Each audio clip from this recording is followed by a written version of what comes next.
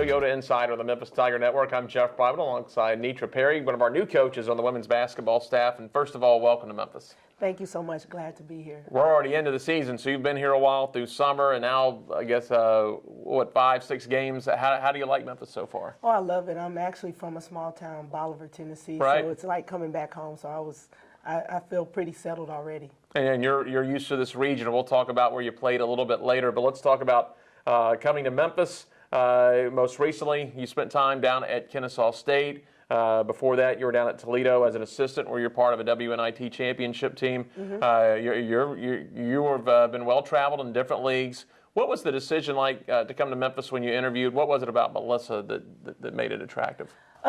Melissa and I actually had a small history. She actually, when Coach O'Banion left the first time, she interviewed me for the position. Unfortunately for myself, I got Kennesaw State at that time.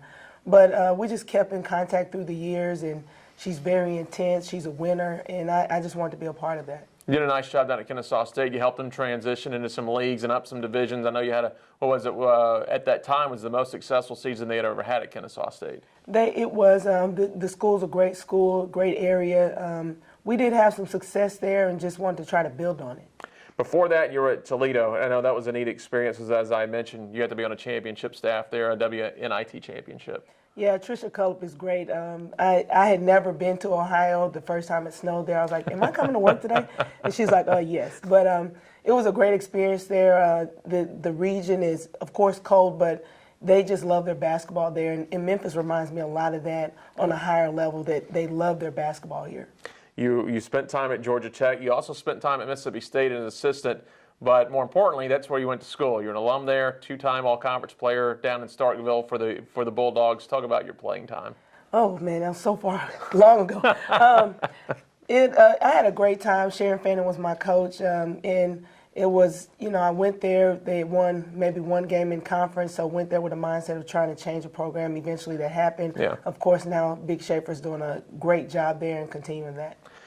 Talk about being in school at State. Did you know at that point when you were playing that you wanted to parlay that into becoming a coach, or is that something as you played you thought, I might try coaching? Yeah, I think it probably started my sophomore, junior year, just becoming a natural coach on the floor and getting encouragement from my college coach that, oh, you can do this. The referees always come in and say, hey, you want to be an official. I was like, that's not me. But I definitely just really embraced coaching even as a player. All right, let's talk about being at Memphis now. Like I said, we are into the season. You were here, went to the trip to Spain and everything. Had a good experience over there. We were playing well. We were all healthy. Talked to Melissa about this the other day. Then the injuries hit once you guys got back from Spain. So it became a little bit more of a new challenge when the season started. It did. In injuries, you never can predict those things. It's just kind of a part of it. It's kind of the downside, but it's also the fun part. I see other kids stepping into roles that they probably wouldn't have had if everybody was healthy. So I think it's been a growing process that's been good for us. Talk about your role on staff. What position do you have specifically, and what other roles do you have within the staff? I do a multitude of things, but mainly scheduling. I work with the post players.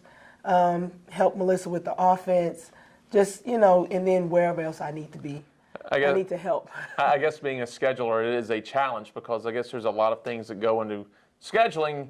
You want to play enough really good teams, want to play some teams you think you're going to get wins against, but I guess there's also a forethought of how are we going to be next year or in 2 years or in 3 years when you're signing these long-term contracts? Right. Well, we're trying not to sign too many long-term contracts, but it's a little formula to it.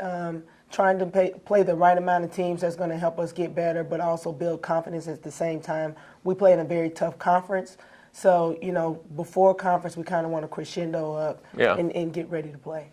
All right, you guys are going to head up to Carbondale on Sunday against SIU.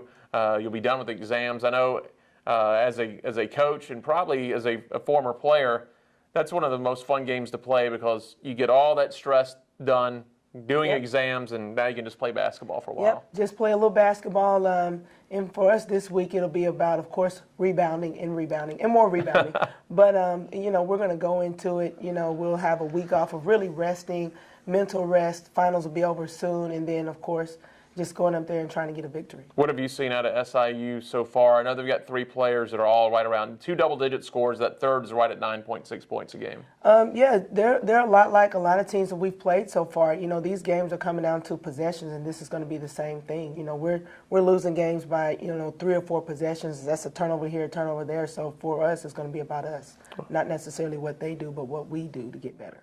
And to wrap things up, you've got to be pretty happy, along with Melissa, that this team's embraced that defensive mentality, because it's so hard sometimes to get players to buy into being a defensive ball club. Everyone wants to score and score 70 points a game, but if you don't have the guns, you've got to really bear down on defense. Right, and I love it because I was a defensive player in college. I mean, I just put layups, but I wasn't this skilled player. But so for us, they've really embraced it. I think we're holding people around 50-something points. And that's a tough thing to do for 40 minutes. So we're just going to try to keep that going. Sounds good. Thanks for coming in. Again, welcome to Memphis. Thank you. As Nitra Perry, I'm Jeff Brightwell. This is the Wolfchase Toyota Insider on the Memphis Tiger Network.